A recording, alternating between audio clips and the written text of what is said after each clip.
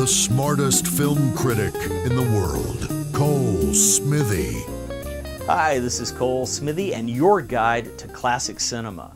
HENRI-GEORGES Clouzot was termed the French Hitchcock for good reason. After the enormous success of The Wages of Fear in 1953, Clouzot made a suspense thriller that changed the game for what audiences could expect from the genre. Diabolique introduced the twist ending, and with it ushered in a new era in cinema that continues to this day.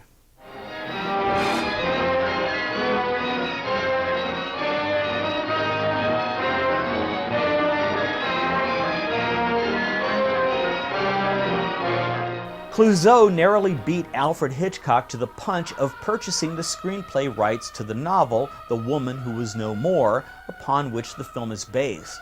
Not only would Hitchcock echo Diabolique less than 10 years later with a bathroom set murder in Psycho, but Clouzot's groundbreaking thriller would also instruct generations of filmmakers in the nuances of horror and suspense.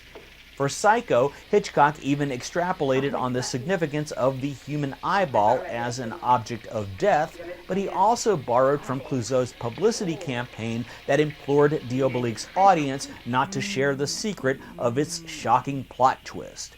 Even Peter Falk's bumbling television detective Columbo was lifted from Charles Vanel's inquisitive private detective character Alfred Fichet, who comes along to solve Diabolique's apparent murder.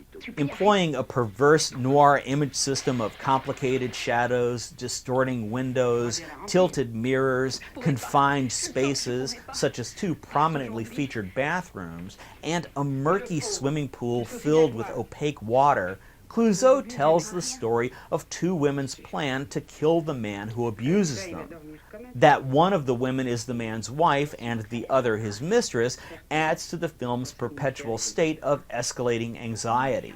It's notable that Clouzot and his co-writer altered the novel's essential plot element that the women were lesbian lovers in order to arrive at a more electric denouement. Wealthy Christina, played by the director's wife, Vera Clouzot, owns a boarding school for boys which her sadistic headmaster husband Michel oversees as if it were a prison for society's least deserving reprobates. Michel serves spoiled fish to everyone, including his wife, to save on money. He gives his mistress, Nicole, played by Simone Signoret, a black eye when he isn't sexually abusing Christina in the school's public spaces.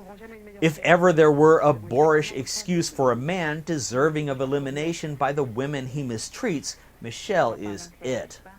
Christina and Nicole agree on poison as their method of murder. Clouzot's dark humor bristles with an indigenously French sensibility. Details of working-class post-war French life adorn every precisely composed scene. Still, there is more to the cleverly devised narrative than Clouzot lets the audience know until the film's final moments, and what fiendishly executed moments of disturbing surprise they are.